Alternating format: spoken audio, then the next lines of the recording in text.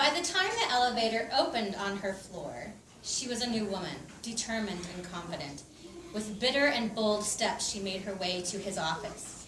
She stomped past the secretary without a hello, and was only somewhat surprised to see Blake waiting for her inside his door with a single red rose in hand. For one fraction of a millisecond, she considered accepting his truce. Then she shoved the idea away. Hell no was he getting off that easy. She'd been hurt. Stripped raw, a stupid flower would not appease, especially a lame-ass rose sort of flower. How unoriginal. Without slowing her steps, she grabbed the rose from his hand and broke the stem in two, ignoring the sharp pain from the thorn. She tossed it in the trash can next to her workspace, aware of Blake's wide eyes following her as she did. Good. He could watch her all he wanted. Let him look at what he so harshly turned down. It was after she deposited her purse in the bottom drawer that she noticed an entire vase with at least a dozen more roses sitting next to her phone. Those would have to go as well. She swept the whole thing into the trash. The sound of glass crashing and water sloshing echoed in the silence.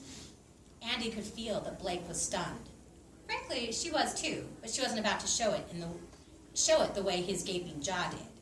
His shock only fueled her more. What did he expect? That she'd smile and nod and pretend that nothing had happened? Well, he wasn't getting that. She wasn't one of the docile chicks she set him up with.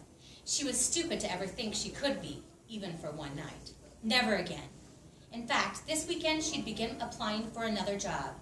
Until she found one, she'd work her ass off to get Blake married off. But no more niceties between them, no more trying to understand him, no more attempts at friendship. She just settled in and turned on her computer, prepared to dive into her work when he finally spoke. Andrea, I'm sorry. She thrust her palm in the air like a stop sign. Don't speak. Just let me. Andy didn't look at him as she delivered her edict. I mean it, Blake. Do not speak to me ever again, unless it's related to work. Drea, I have to, slamming her hands on the desk, she swiveled to face him. And my name is Andy, or Andrea. When you speak to me, in relation to work only, you will use my name. My name! You don't get to nickname me. Come on, Andrea. He stepped toward her. Andy popped up from her chair. And don't come near me. Scanning her desktop, her eyes settled on a tape dispenser. It was clear, but it would have to do. Holding the dispenser in one hand, she shooed Blake toward his desk with the other. Surprisingly, he complied, taking several confused steps backward. When he'd crossed what she believed to be the center of the room, she got to work. Walking to the wall, she fastened the end of the tape to the floor, then pasted across the room before tearing the other end off. She traced her footsteps back over the line she'd made, pressing the tape into the carpet. It wouldn't stick for long, but long enough to make her point.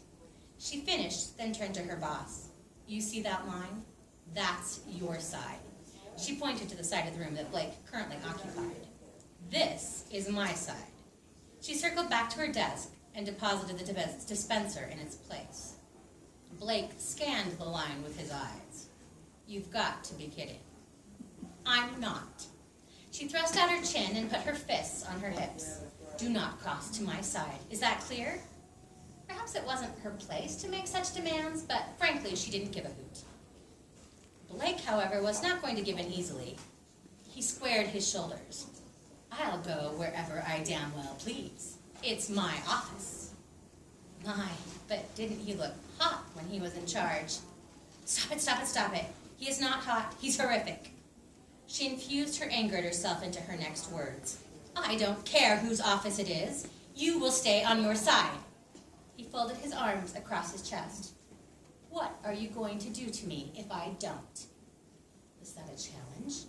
Game on. Try it and find out.